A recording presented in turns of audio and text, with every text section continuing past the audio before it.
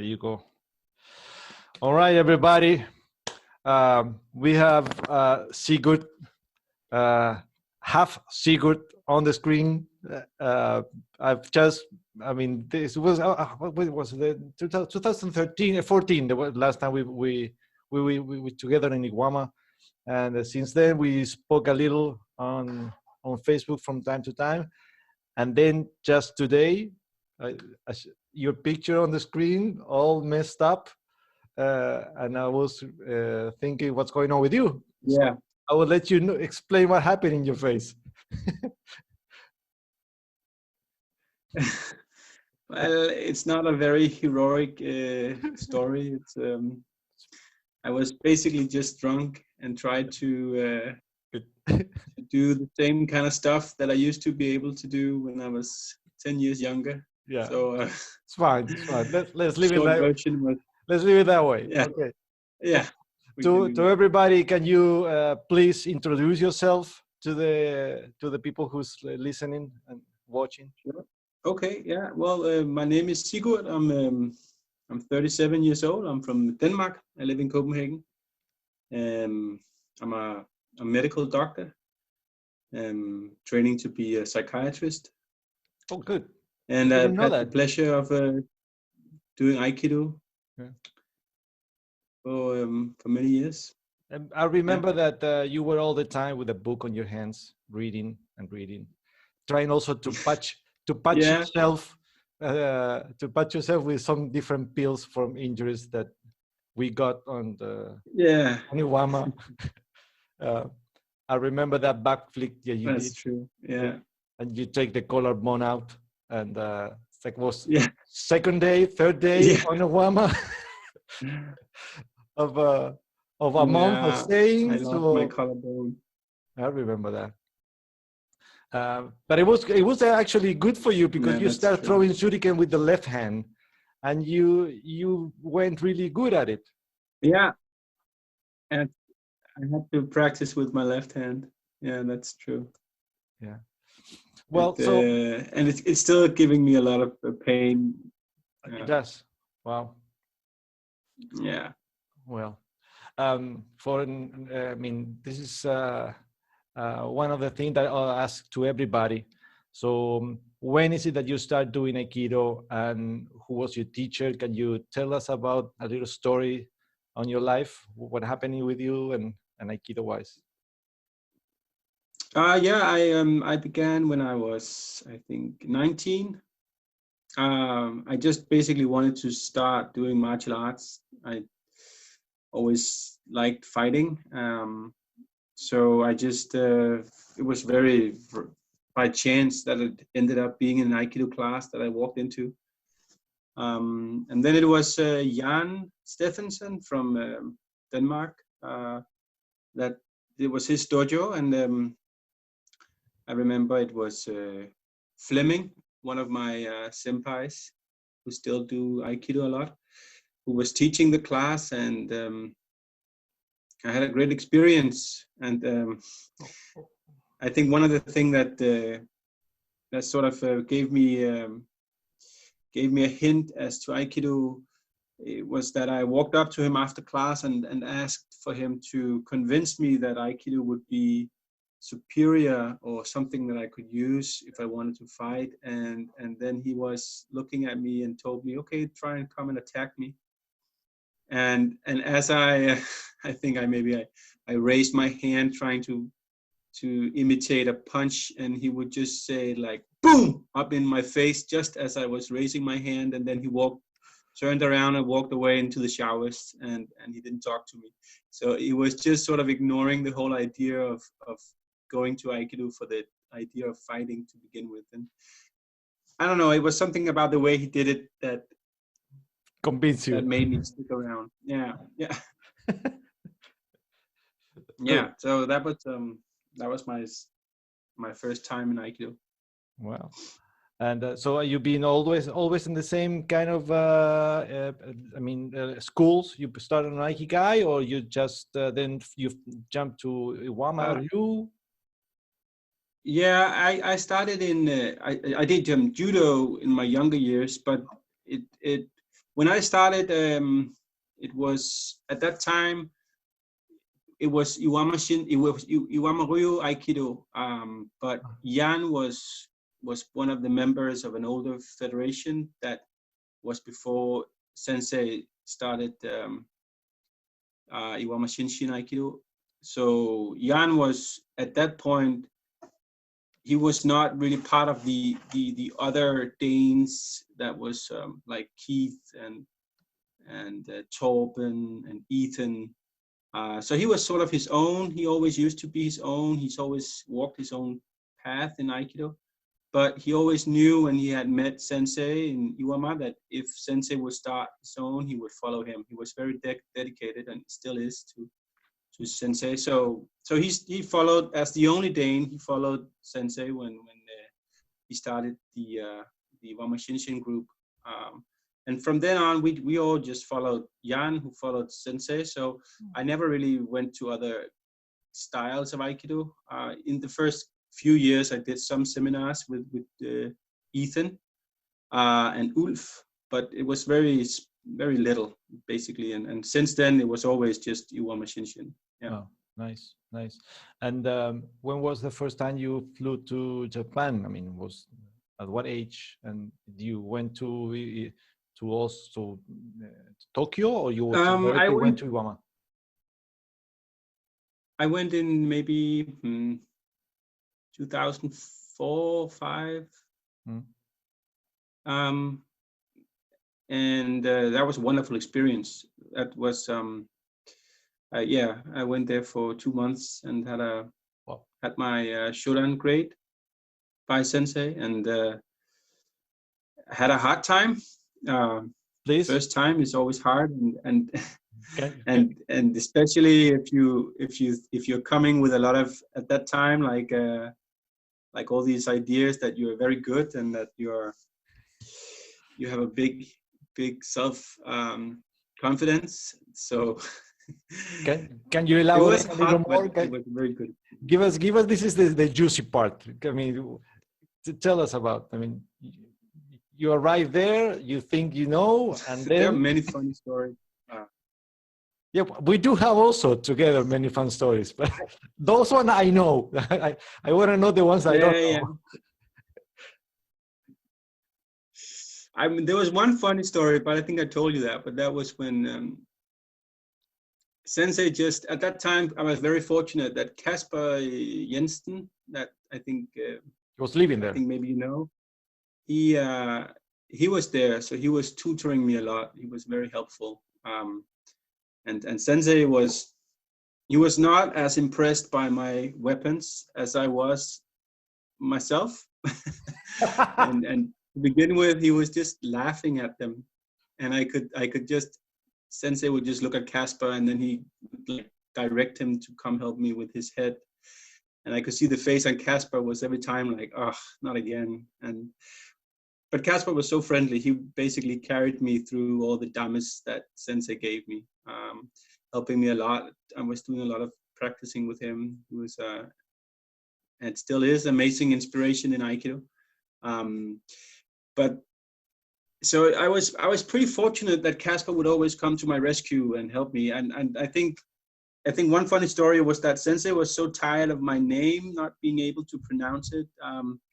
So he would just, at one dojo and what class, he would like, my name couldn't come to his head, so he couldn't really yell at me. So he just ended up screaming Jimmy to me. He thought that name was maybe more appropriate, or so. Yeah, because if you really say your name and wrote Jimmy all over. Yeah, but but your name is Sigurd, right? I mean, is there really like a guttural thing on? My name is Sigurd.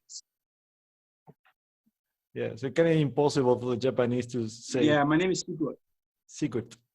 Yeah. It's a little difficult. Yeah, it's always like Sigurdo or Sikurudo. I don't know. But then from then on, I was just Jimmy, and it was a lot. I'm not sure if Sensei maybe still think of me as Jimmy, or he ever changed his idea of me. But it's okay. Well, it's fun as long as there is no other name. But Jimmy's actually fits you really well. For me, actually, when you told me the story, it was really funny. And all the time when I say hello to you, it's hello, Jimmy. And it's fun. Yeah, And yeah, so, tell us about a little more about yourself. Now you are married. You got a daughter. Is a daughter or a boy? I can't yeah, remember. yeah. I have a 4-year-old daughter. Yeah. Yeah, and I finished my PhD. I do a lot of skateboarding beside Aikido. I have a nice little house in the suburbs of Copenhagen, so I have a garden where I can do Mm. some bukiwasa, especially these times where we have the Corona lockdown. Yeah. Yeah, but otherwise I do skateboarding, and sometimes I get drunk and do stupid things and injure Like the myself. other day, right? Like And right, like the other day. But mostly I'm pretty normal. well, I And saw you drunk as many of us on Iwama last time, and there were plenty of aggressions. Remember the funny wake up call stick or something? That we were chasing each other with that oh yeah, yeah, little yeah, thing. yeah, yeah, Whose idea was yeah, that? yeah. I think it was Vinicius' idea. Um, Wonderful Brazilian Aikido guy, and I think the only downside to that game, because basically it was just that whoever woke up the last um, would be hit by the boken, Yeah. but he never really was into it when he woke up last. I remember. Yeah.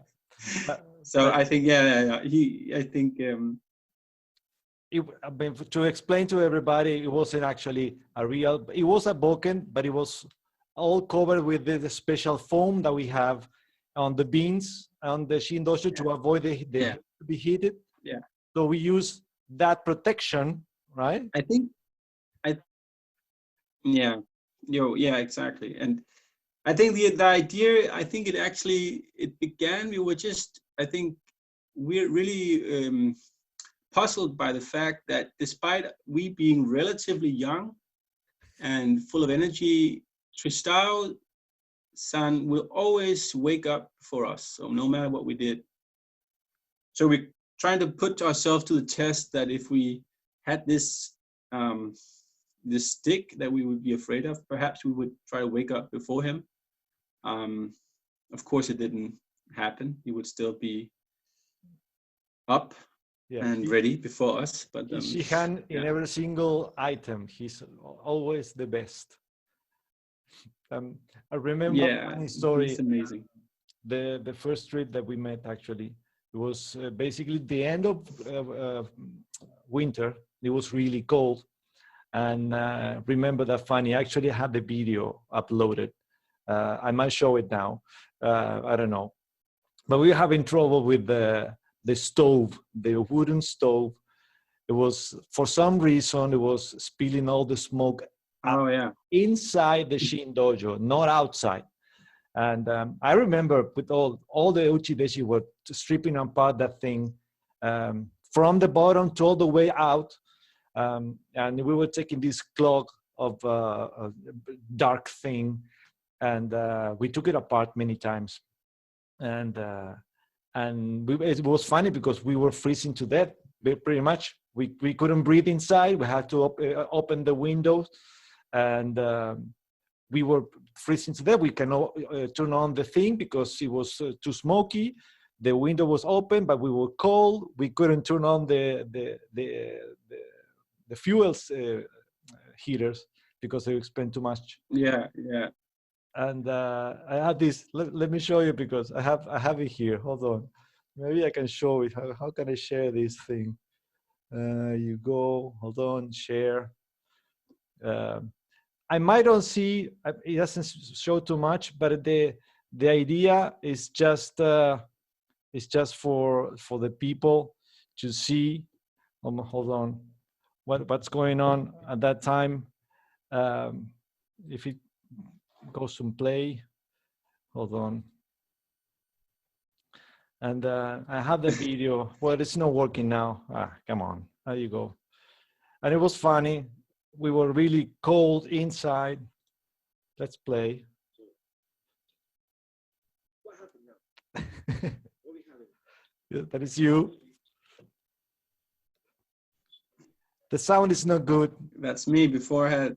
Yeah, and that's a heater, right? And we couldn't turn it on too much. That was a fun pulling all the smoke from the place to outside, and we were discussing what we were Yeah, gonna yeah, do, yeah. right? And I was asking you That's for great. special pills for the throat, right? Because of it was itching too much because of the smoke. So we want to be dying Yeah. by intoxication or by cold or by sensei because he doesn't want us to use the heater. Yeah, yeah. Yeah. So yeah, That was cold. Yeah, I it was remember that. really cold. I mean, it was really cold. Let me finish this. Hold on, I have to finish that. Anyways, so what is the situation over there with the corona? I mean, I know that you are a doctor. You might have a better idea um, about it. And from all the Uchideshi that have been I've been interviewing, you are the more qualified. So, what do you think about it?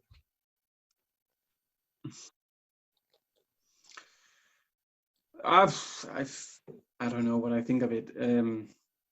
I think we'll get through it. I think we will survive it. I think we will. It will be a different world when we recover from it.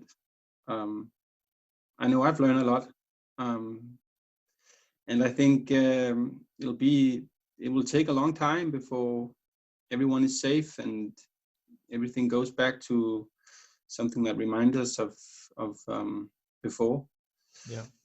And I mean, my everyday is pretty much the same. I still go to the hospital. We don't get to socialize as much. We're more cautious when we're going out, and Denmark hasn't been hit as hard. We haven't had that many Cases admitted to the hospitals. Uh-huh. Pretty much in same level as Norway, Sweden, Germany. But for sure, it's devastating. Of course, our Aikido class is closed, so that's terrible. Yeah. Yeah. It's affecting too much all the organization.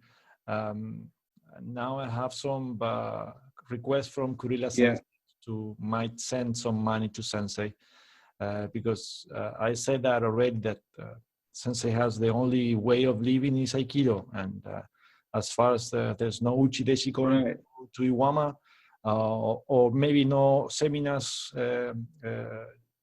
around the world, or not tests being done by other senseis that they request the certificate to sensei. There's a little money coming in.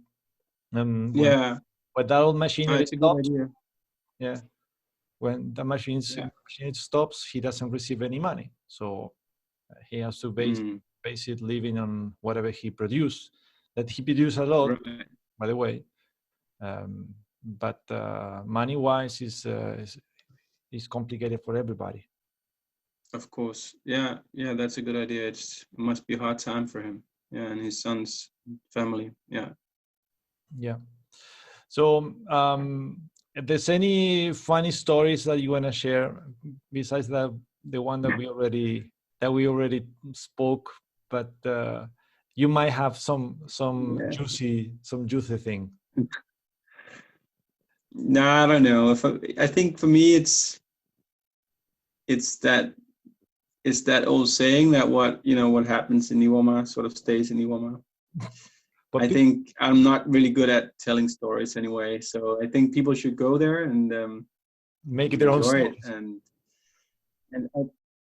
make their own, create their own stories. Yeah, it's you know, Iwama is such a difficult place to explain. I've tried to explain it to my girlfriend, to my parents, to my friends, and it's just impossible. Like in any, you know, example, when you go and have some amazing experiences, to really elaborate and get people to understand the whole detail, the complexity of it, because there's so much things going on. You're basically afraid 24/7, and you're basically sore and tired 24/7, and then on top of that, and despite that, you get these amazing experiences. So they just have a huge impact on your memory. You know, you emotional experiences is just stored in your memory in a different way, and just lasts for a long time.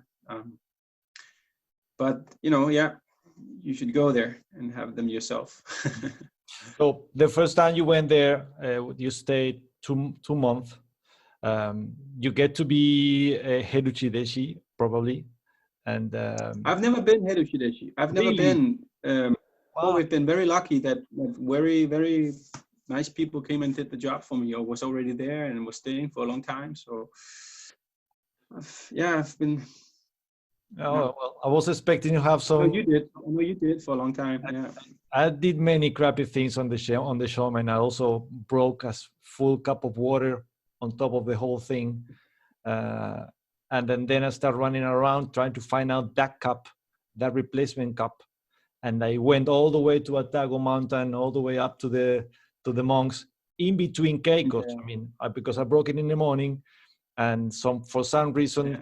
that actually I know the reason. I turn off the lights from the showman to avoid Sensei to see that cup was a different one, and he just ran through, Yeah. start the candles, and then start the keiko, and then woof, and then I started looking for that little Yeah. cup. And the funny thing that I went everywhere, Yeah. and it was there, Harasawa Kenji. Yeah. Remember Harasawa Kenji? And then for some reason I couldn't find any replacement, because I have the picture, because there's two of them. I have a picture of one, so I was with my camera. At the time there was no phones like today. And obviously I couldn't find. And it was really upset in the middle of the afternoon. And I remember Thomas from Germany. He says, "What are you looking for?" "I'm looking for this cup." He said to me, "Have you looked in that big box over there?" And I said, don't joke on me. Go ahead, take a look. And it was a box full of those cups with different kind of motifs, but it was finally I find only one exactly like that. So by the end of the day, I was fixed the whole situation. But I mean, being Hiruchideshi, it can be It's really, very stressful. it is stressful. Oh, I know. First time I was there was John from Australia. I remember he was head of Chideshi, and he had his stuff to struggle with. I remember it was it's not an easy job. When was No. the last time you went there? Yeah, good man. When was the last time? It's been a long time. I was there with it's 3 years ago. Okay. I was there with Jan and Fleming.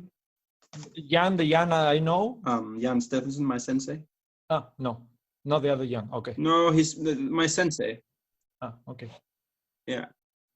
What was the life of and the I other was Jan? hoping. The Jan, the crazy Jan. Is he around on doing Aikido? Remember? Yeah, I remember. He still does Aikido. We do Aikido together sometimes. So Yeah. send him my regards. Yeah, I will for sure. Thank you. He make me sweat a little from time to time. Yeah, he was there. He was there in Iwama during the earthquake. He was there Yes. as the only Ushideshi, helping Sensei clean up everything after the big earthquake in, when was that? 2008 or 9? No, later. No, for 2011. 2011. Yeah. Yeah, I'll send your regrets. Regrets. Yeah. Excellent. You're breaking up a little on the connection. Or maybe it's me. Hello. Can you hear me? Okay. You froze. Okay, You okay, Lars? Can you hear me, Lars? Send me a. Okay, so it's Sigurd.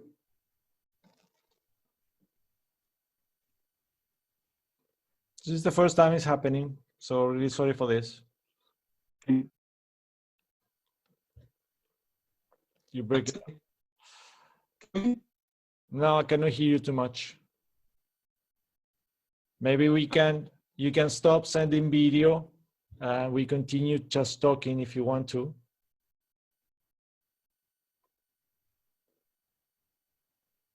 Sure, we can try that.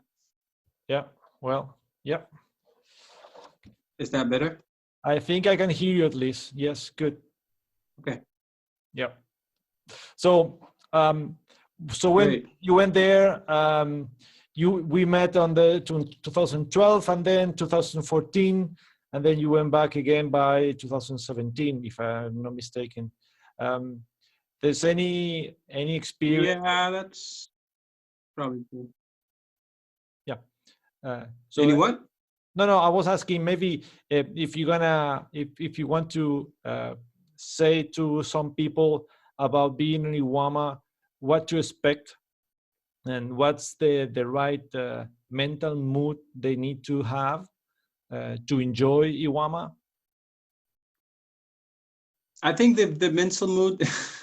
This is a classic question, right? But I think it's fine. It's good. I mean, you cannot prepare for it, and I think maybe the best way thing is to go as you would, dream of going and not paying attention to anything, and then get that shock. Don't prepare for it. Or maybe you prepare and know it'll come, but don't try and go there and be ready for something that you can't really know what is. Just go and then get that shock, and when it hits you and you feel like you're completely off your guards and you feel like shit and you don't know anything and you're being yelled at, then just know that ready because so did all of us, and be it's ready. okay. And then be ready, I was saying, Sigurd, because it will hit you again and again and again. Yeah. Don't think it's not a it's a shock that comes in many levels and many times for sure. But it's well worth it. I think no one. I mean, maybe there might be exceptions, but I think the majority of people going there will have a lifetime experience and will never regret it. So, it's. Let's try to send some video. We had some members who went there and injured their shoulders doing the first keiko and went home. So it was terrible.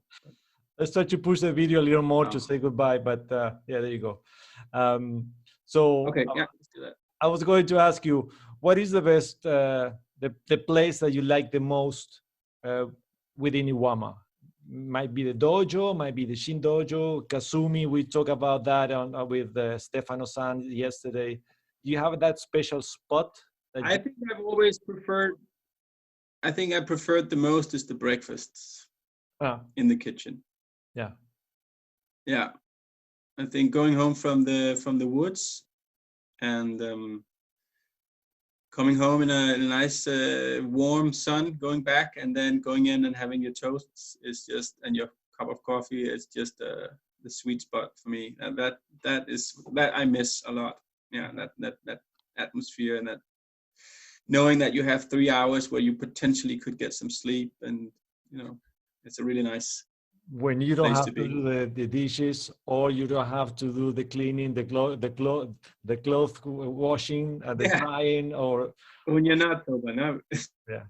Or that's because you're not being Herujireshi, because always sensei asking, Herujireshi, Nikai Uchideshi, 10 a.m. So we have to run to do jobs with sensei. But yeah, those are funny things. That's a story. Those are really bonding experience. Yeah.